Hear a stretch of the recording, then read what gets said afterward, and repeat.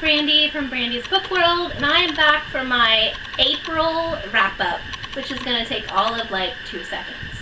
So, grab a glass of wine and join me in celebrating the 2 books that I finished in April.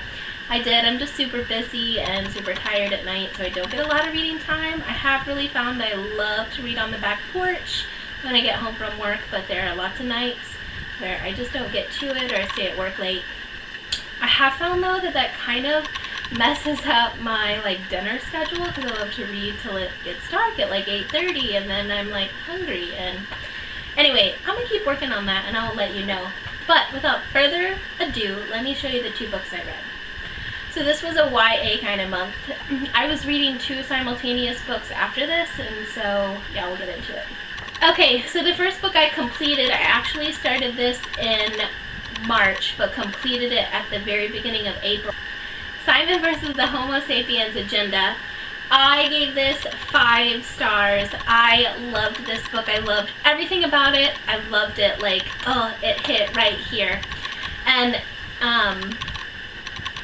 so I actually tabbed where like the parts where I was either like or fell in love or was crying, and so I was just all the funny feels or things that kind of aligned with kind of my high school days or my college days even. I kind of applied to it. I had been watching all of the movie updates on Instagram and Twitter, and so I am so excited about this movie. I just cannot wait. For me, this was the first book where it kind of put me in the place of Simon, and I have never experienced the emotional toil that would be coming out, you know, as a teenager or even coming out as an adult. And it was just really moving. I found myself really able to connect to the anxiety that would come along with it, and the thing, I won't put any spoilers, but the things that happened to Simon, I mean, it really bothered me. And so I loved it. It put me into a place that I have never been before, as far as just emotionally going through and handling some of life's ups and downs, especially with sexuality. So I highly, highly, highly recommend it. If you haven't read this book, definitely go read it. 5 stars, and I only give 5 stars when it's like a book that changes my life. So I put 5 stars because I had never thought about what it would be like to come out. And so this is just so good. The ending is great. The characters are magnificent. The plot is really good, and it happens. So, I mean, I read this in a couple of days, which is not like me.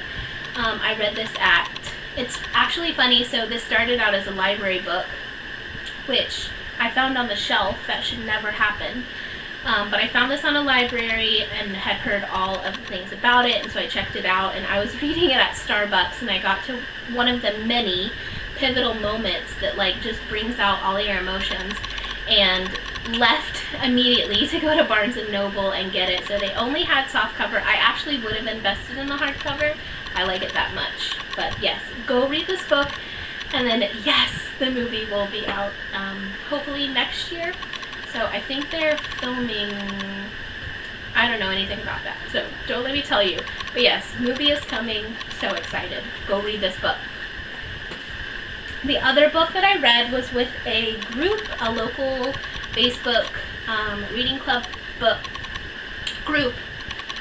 I read this book with a local book group on Facebook.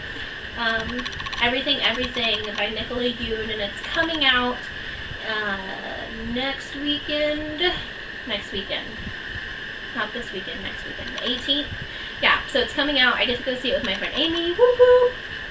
And so I kind of screwed myself in this, and I put this on my Goodreads review. So reading it with the book group, what we did is we broke it into 3 100-page reads and then discussed it in the middle.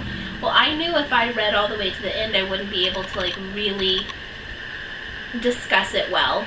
Well, when we met for the 200-page check-in, I kind of already knew or predicted what was really going to end up happening.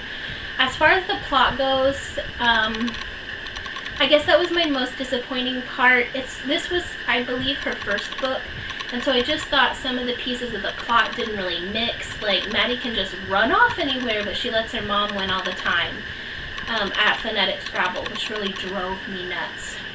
So we see this really strong girl and this really indecisive, and then I just couldn't get a feel for, like, Maddie at times as far as the plot goes. I loved the characters. Loved the characters. Ollie and Maddie were great. The nurse, oh my gosh, I can't remember her name. Carla, yes. Carla, I loved Carla. I'm so ready for this movie and to see her, the character of Carla and Maddie and Ollie. The mom obviously didn't like her, but you're not supposed to, I guess.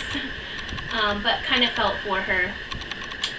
But yeah, I kind of just anticipated that plot. I thought it was a little cliche, if you will. I wasn't terribly impressed as far as, like, she couldn't go outside, but then all of a sudden she did, and she couldn't do this, but then all of a sudden she did. And the details that go into the trip that she went on just were a little bit too easy and too quickly paced. And so that's why I rated it 4 stars. Like I said, though, I wish I just read it all the way through. I think I might have enjoyed it a little more. But again, because of the characters and the writing style, I really like Nicola Yoon's writing style. The jokes were really funny. I laughed out loud. But I think I only read this at home, so I didn't, like, embarrass myself like I probably did with Simon vs. the Homo Sapiens, which I was crying in public at Starbucks. But yeah, anyway, it was dark and I was on the patio, so it was okay. Anyway, so those are the 2 books that I read in April. I then started 2 other books, a buddy read that my buddy just kind of fell off the face of the earth, and then also a Nicholas Sparks novel because I wanted something light to read on a Sunday, and then I picked up this 500-page book, so that kind of took me another week. But so let me share with you what I'm going to be reading this month, at least the first part. So I told you I finished the Nicholas Sparks book, which I will do a review of later on my next month. I'm reading 3 Cups of Tea, which I'm actually going to go ahead and classify as fiction. I did spend a day researching the truth behind this because I heard there was some controversy around it. I found the CBS 60 Minutes clip and watched it, so I kind of already read the first couple of chapters, so to hear that most likely didn't happen was really disappointing. I'm using it to inspire me for some parts, but also kind of keeping in mind some of it was fabricated. After I read 3 Cups of Tea, I'm going to try to finish We Are the Ants. This is due back to the library on Sunday, so I'm going to try. This is an alien, like, abduction, but I've heard amazing things about it, so I'm excited about that. And then I'm so trying to get through The Case for Christ so that I can go see the movie in the movie theaters, but if not, then it'll just be a red box, which might be a good thing for me. But this is all factual, where Lee Strobel actually set out to tell his wife, prove to his wife that Jesus did not exist, and ends up becoming a Christian. So I'm really excited about that.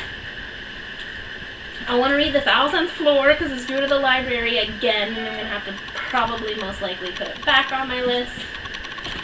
And then I'm trying, this is so many, and then I'm going to get through The Circle so I can go see this book before it stops. So that's kind of going to be what I'm working on this month. Anyway, alright, well, that is it for me. That's what I read in April. I've got a couple books that I already finished for May, and I am heading full steam ahead. You see my TBR, so crazy. Anyway, I hope you guys are reading well this month. Comment below with what you're reading. Let me know what you think. If you loved Simon vs. the Homo Sapiens Agenda, shout out to me because, oh, I love that book.